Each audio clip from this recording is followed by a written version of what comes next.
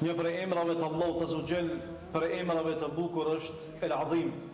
El Adhim që në gjuhën shqipe nuk kupton i madhërishëm. E prej cilësive të Allahut Azza wa Jall është madhështia. Kjo neve na përshon një mesazh qartë që Allah Azza wa Jall është më i madhi. Allah Azza wa Jall është më i madhi në qenjen e tij. Allah Azza wa Jall është më i madhi në emrat dhe cilësitë e tij.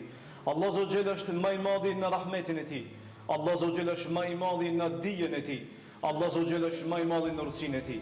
Allah Azza wa Jall është më i madhi në pushtetin e tij, në sundimin e tij.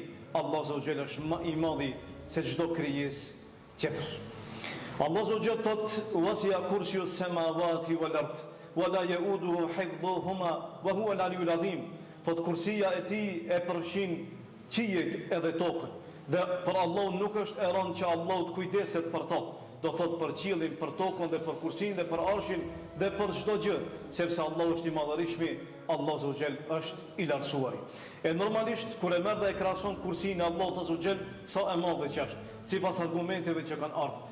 Përmendet do thotë që kursia e Allahut Azza wa Jall në krahasim me tokën dhe qiejt, toka dhe qiejt janë aq shumë të vogla, sikurse një unas që e merr që e hedh në shkretir.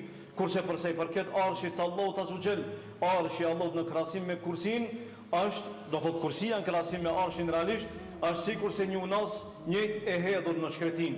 E parandoj se sa është Allah Azza wa Jall. E Allahu qëndron mbi arsh.